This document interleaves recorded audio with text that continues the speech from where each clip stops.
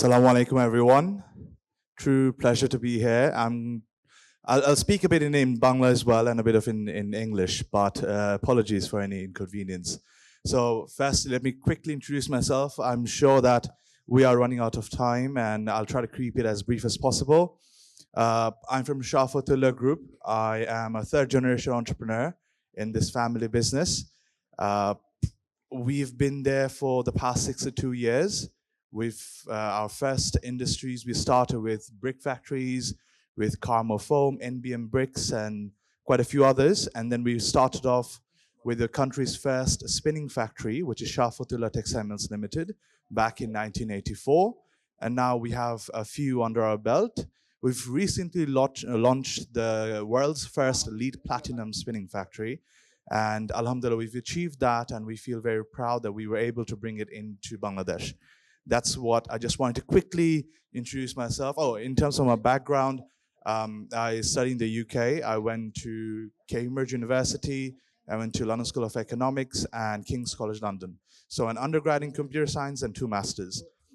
And I'll keep it very brief. I'll just say a few things, but on one single point that, another thing, I'm a lecturer at North South University as well. So one thing is, let's all focus on innovation. That's the common theme I'd like to share with you all. Because what we've seen that, because I've joined the industry, I'm relatively young. I've joined my family business probably 4 years ago.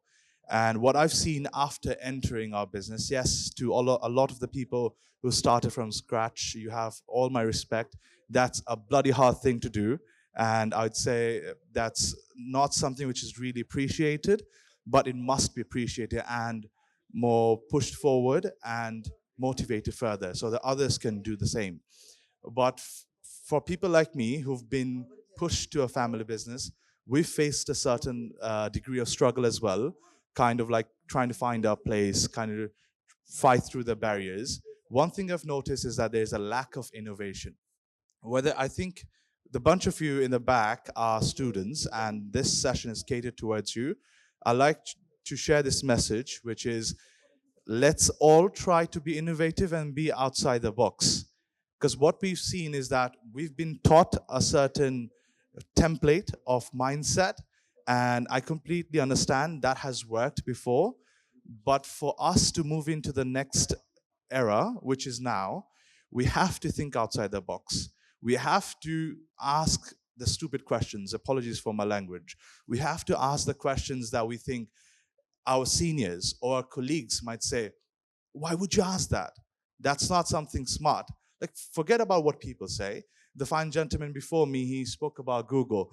The reason Google has so many successful projects is because there were people who asked a lot of dumb questions. So we need to be those people with the dumb questions.